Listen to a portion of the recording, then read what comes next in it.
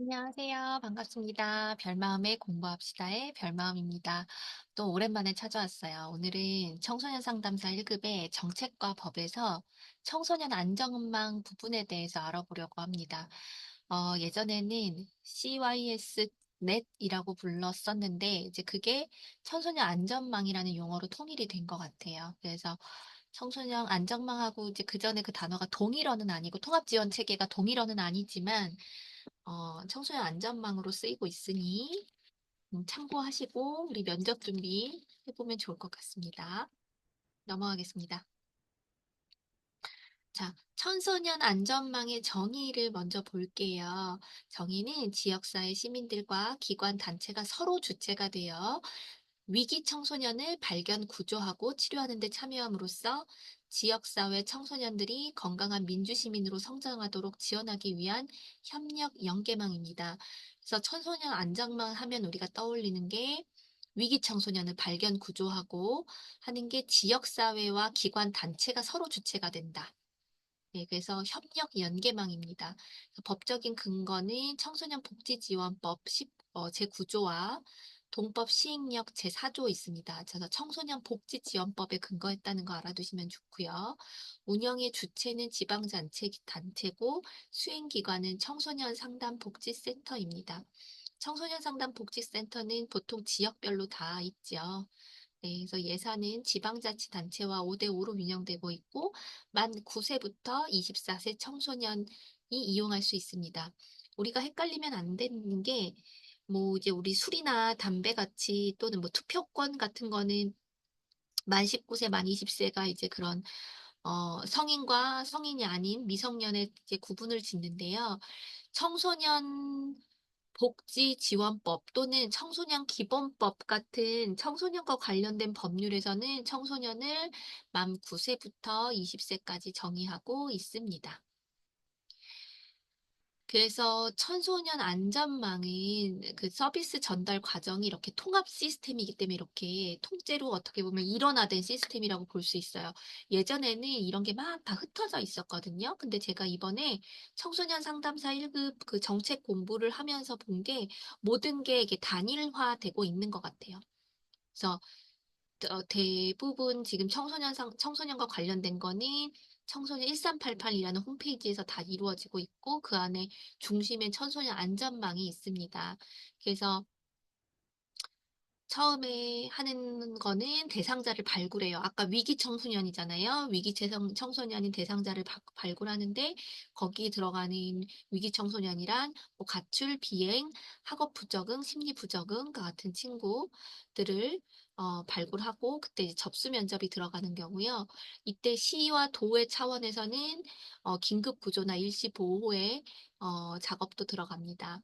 그 다음에 사정하겠죠. 그때 이제 서비스가 진짜로 필요한지 아닌지를 판정하고 이때 사례 판정 회의를 하고 그때 필요한 서비스를 파악합니다. 그래서 서비스 지원은 크게 직접 지원과 연계 지원으로 나눌 수 있어요.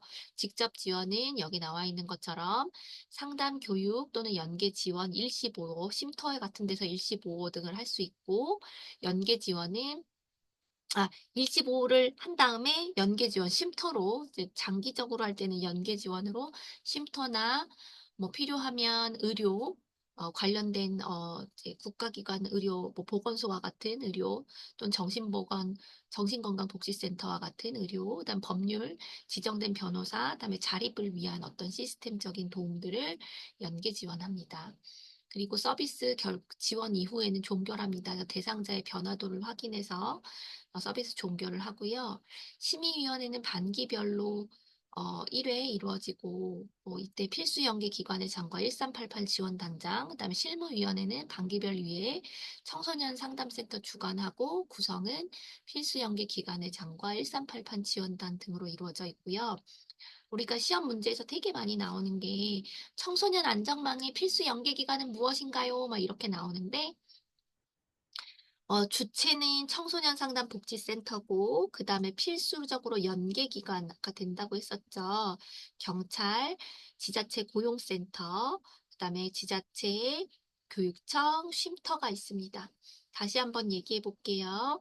청소년 상담 복지센터를 중심으로 필수 연계 기관은 경찰, 고용센터, 지자체, 교육청, 쉼터입니다.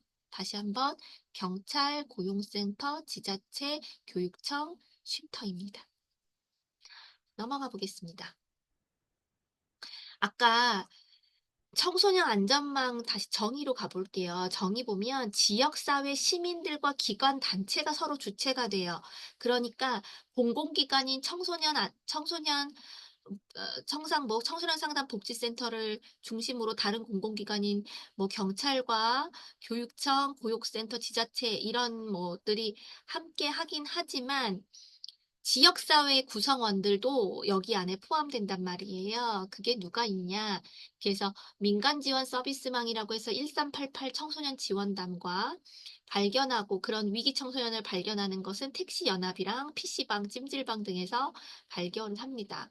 그리고 의료 법률은 병원, 약국, 법률회사 등과 함께 이제 발견하고 복지는 복지관, 푸드뱅크, 후원기관 등에서 하고 상담은과 멘토는 전문직 또래 자원봉사 활동 등 어쨌든 이게 공공기관뿐 아니라 지역사회의 다양한 구성원들이 이제 이 안전망에 소속이 돼서 함께한다.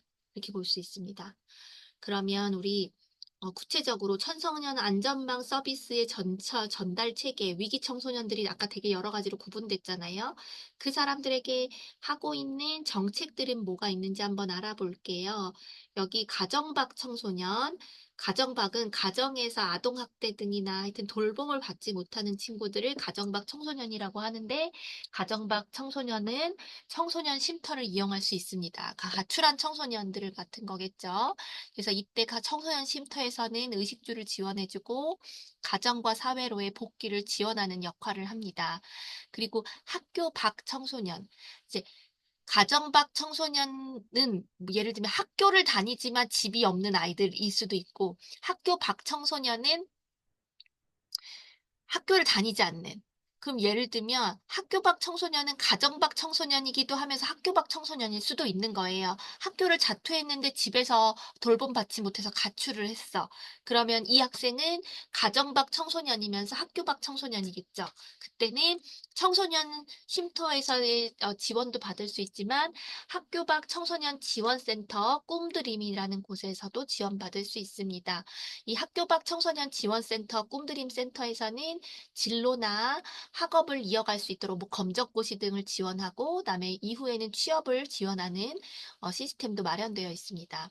그리고 최근 많이 대두되고 있는 게 인터넷, 스마트폰, 과의존 중독 청소년이죠. 그래서 이거는 음, 국립청소년 인터넷 드림마을이나 국립대구청소년 디딥센터 같은 데서 인터넷 치유학교, 인터넷 치유 캠프 등을 참여할 수 있습니다. 뭐 11박 12일짜리도 있고 뭐 당일치기도 있고 뭐 방학이나 뭐 이럴 때 이용하는 다양한 프로그램이 있는 걸로 알고 있습니다. 그다음에 학교 폭력 가해나 피해 청소년들은 또래 상담 프로그램 솔리언 뭐 이런 것들도 있습니다.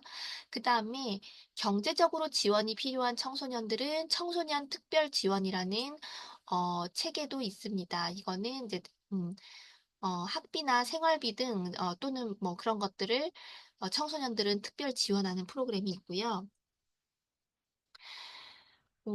요거를 그림으로 보면 이렇게 청소년 안전망의 토막 서비스 제공은 이렇게 이루어져 있습니다. 그래서 지자체와 청소년 상담 복지센터가 중심으로 여기 아까 나온 것처럼 시도 및 지역교육청, 지방경찰청, 보호관찰소, 지방고용노동청 및 지청, 청소년 비행 예방센터, 학교 밖 청소년 지원센터 꿈드림, 공공보건의료기관 보건소, 청소년 복지시설 및 지원센터가 이렇게 있고, 이때 이러한 통합 서비스, 제가 방금 전에 얘기했던 것들을 이루어지고 있고요. 이런 것들이 이제 청소년 안전망에서 이루어지는 다양한 서비스 중에 청소년 상담이 있는데 청소년 상담은 전화 상담은 1388, 문자 상담은 샵 1388, 사이버 상담은 인터넷 들어가서 사이버 1388이 있고 지금 다 1388로 단일화되고 있죠. 그 다음에 찾아가는 거리 상담이라고 해서 아웃리치 서비스도 있습니다. 아웃리치에 대해서 좀 간단하게 설명을 해볼게요. 저도 사실 이거 공부하기 전에는 아웃리치가 뭔지도 몰랐어요. 근데도 필요할 것 같아요. 청소년 안전망에 있는 아웃리치는 찾아가는 거리 상담이라고 해서 지역사회 내에서 위기 청소년을 발견하고 이들이 적절한 지원과 서비스를 받을 수 있도록 돕는 현장 중심의 적극적인 개입 활동을 의미합니다. 그러니까 찾아가는 상담 같은 거예요. 그래서 이는 단순하게 청소년이 직접 도움을 요청하기를 기다리는 게 아니라 지원 기관이 먼저 청소년에게 다가가서 문제를 파악하고 필요한 자원을 연결하는 방식으로 이루어져요. 그래서 청소년 상담사가 길 가로 나가서 어, 그런 위기 청소년이 있는 곳에 나가서 상담을 하고 그런 아이들을 더 위험해지지 않게 발굴하고 발견해서 서비스를 지원하는 거죠. 그래서 청소년 안전망에 아웃리치가 하는 주요 역할들은 뭐가 있냐면요. 방금 얘기한 것처럼 위기 청소년을 발굴합니다.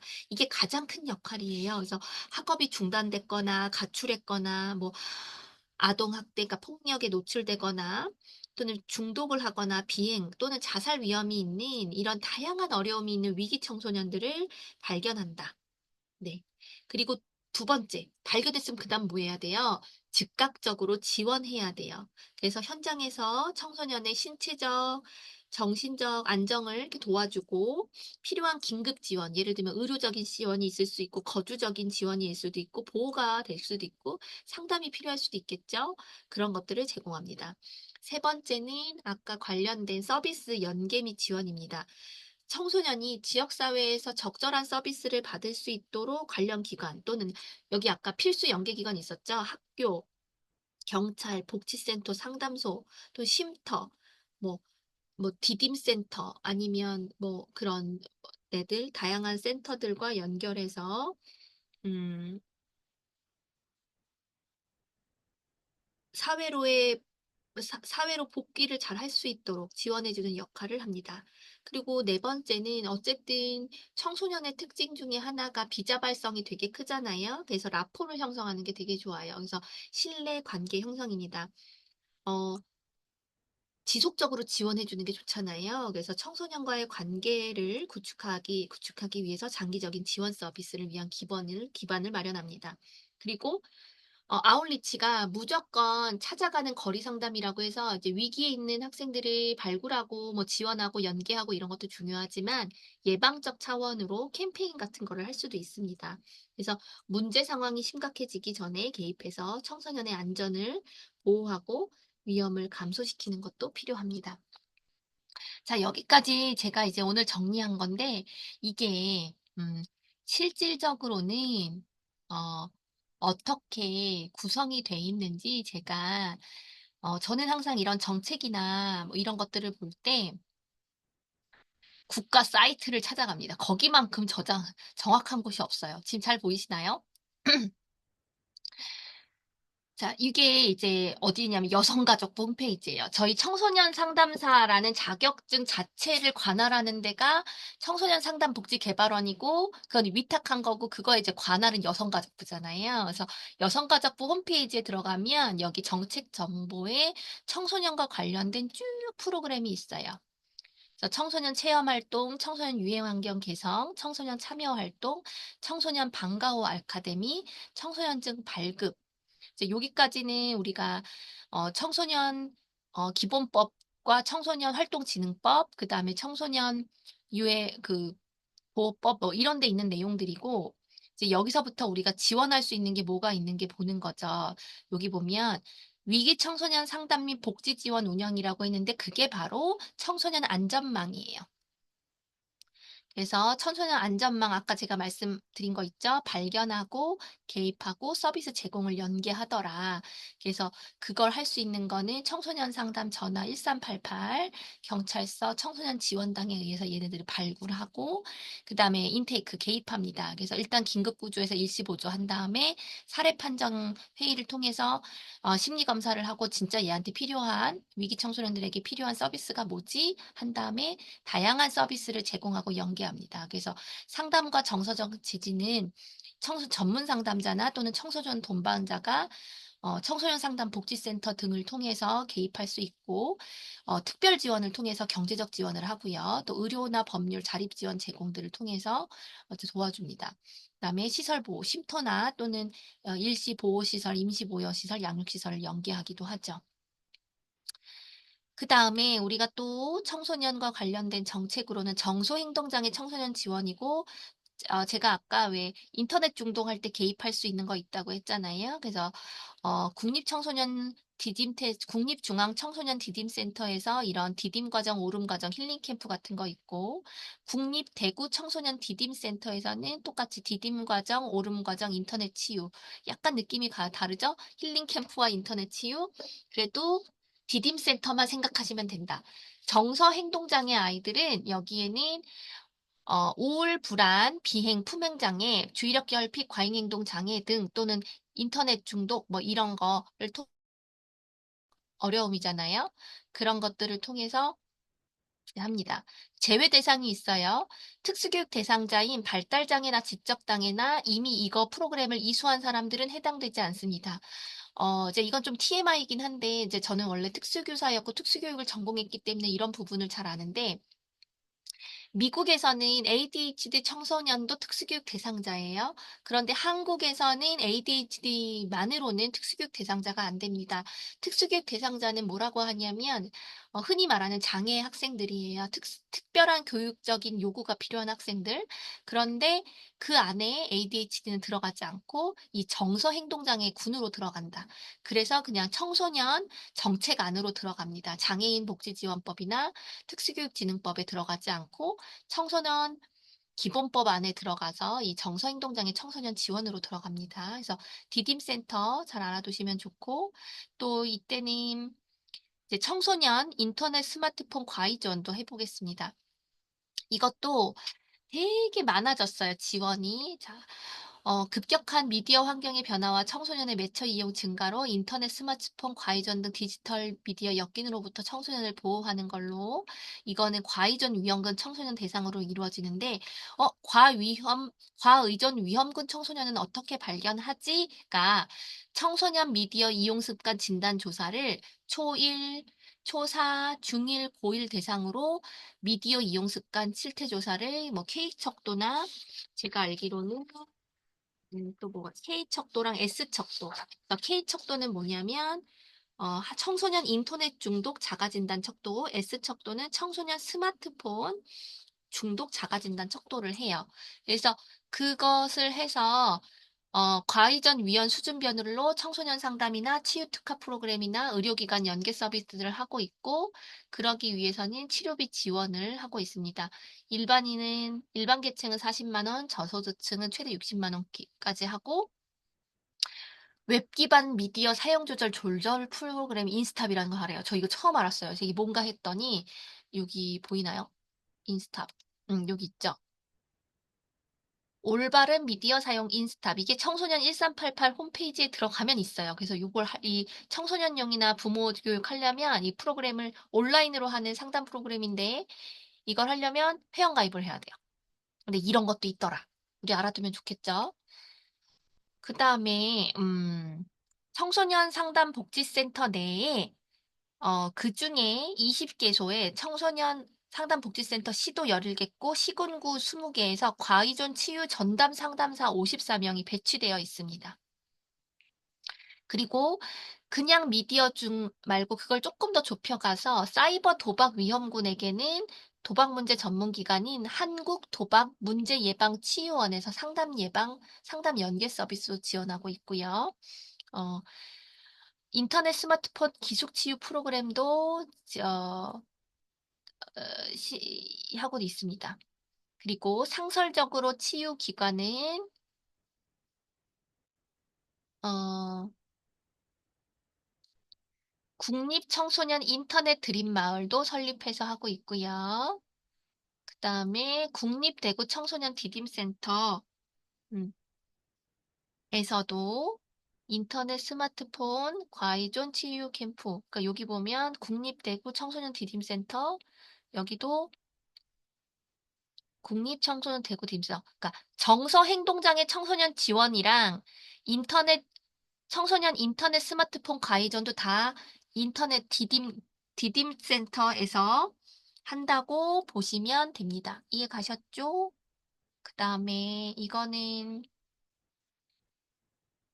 드림마을이나, 또, 국립청소년 인터넷 드림마을이나 대구에 있는 디딤센터는 대안교육 위탁기관으로 수업 일수 인정받는다. 이렇게 되어 있고, 위기청소년 특별지원에는 아까 말한 청소년 안전망 서비스에 관련된 내용들이 여기 들어가 있고, 음, 네, 이건 청소년 상담 복지센터에서 할 수 있는 지원 되게 많죠.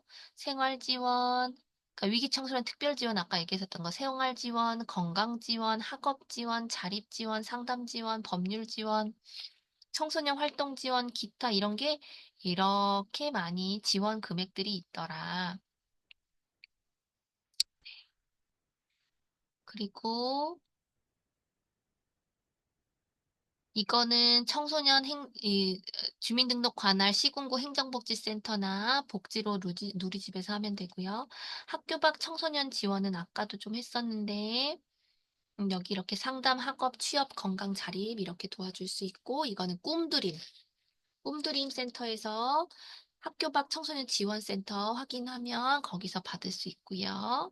학교 밖 청소년 건강검진도 하고 있고, 이주 배경 청소년 지원, 이것도 생소하죠? 이주 배경 청소년 지원도 이렇게 하고 있습니다. 다문화 가족의 자녀나 중도 입구 청소년, 탈북 청소년에서 다 다문화라고 보기보다는 이걸 더 폭넓게 부르는 단어는 이주 배경 청소년입니다.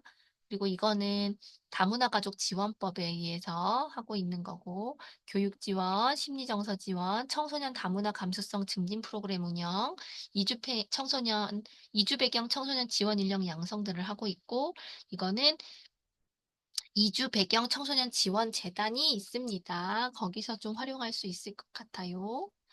그 다음에 청소년 쉼터 자립지원관 회복 지원 시설들이 이렇게 있습니다. 그래서 청소년 쉼터 일시, 단기, 중장기 쉼터가 이렇게 있고, 청소년 자립지원관도 있고, 청소년 회복 지원 시설도 있습니다. 그래서 여기 보면 일시적, 일단 아까 왜 아웃리치를 통해서 발견하거나 청소년 안전망을 통해서 발견한 그 위기 청소년이 처음에는 임시쉼터에 있다가 일시적으로 있다가 보면 입소 기간 보이시죠? 하루부터 7일이네. 단기 쉼터로 넘어가죠. 3개월 이내, 뭐 최장 2년, 뭐 중장기 쉼터에서 3년 이내, 최장기 4년, 뭐 이런 식으로 해서 한 다음에 이제 청소년에서 20살이 넘어서 이제 성인이 되면 청소년 자립지원관 같은 데서 주거안전 기반의 자립사례 관리를 해줄 수도 있고 청소년 회복지원시설도 있습니다. 여기는 좀 넘어갈게요. 자, 그래서 이 청소년 1388 서비스 이렇게 딱 들어가면 청소년 지원 서비스는 뭐가 있나요? 하면 이렇게 쭉 나와 있어요. 여기 가면 또 이제 아까는 여성가족부 홈페이지이기 때문에 되게 좀 딱딱하지만 여긴 청소년들이 이원할 수 있기 때문에 좀 이렇게 좀 알록달록하게 해놨죠. 음.